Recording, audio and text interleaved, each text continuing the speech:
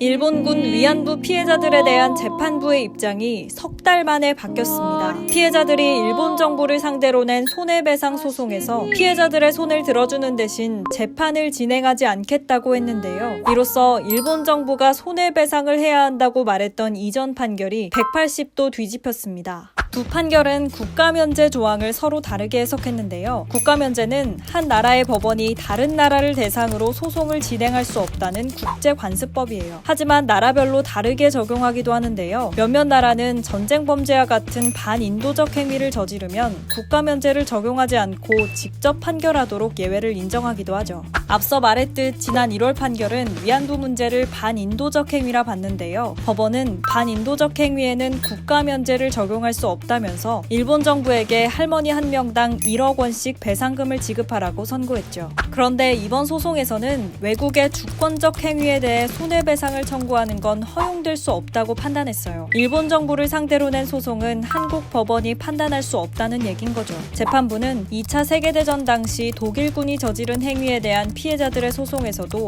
국가면제가 인정됐었다는 점을 근거로 들기도 했어요. 이와 같은 판결에 이용수 할머니 등 피해자들은 도저히 납득하기 어렵다며 국제사법재판소에서 판단을 받겠다고 했는데요. 하지만 그 길도 수월하진 않아 보입니다. 일단 국제사법재판소에 가려면 개인이 아니라 국가가 직접 나서야 하고 국제사법재판소에서는 국가면제를 웬만하면 적용하는 쪽으로 판단하고 있거든요. 일본 정부는 그동안 우리 사법부 판결을 국제법 위반이라며 비판해왔어요. 그래서 이번 판결에 대해 적절하고 당연한 결과라는 입장을 냈죠. 하지만 이번 재판에 희망을 걸었던 이용수 할머니는 절망스러운 결과에 결국 눈물을 보였습니다. 국제법 위반이라는 명목 아래 반인도적인 범죄까지 처벌할 수 없다면 피해자들의 상처는 과연 누가 보듬어 줄 수 있을까요?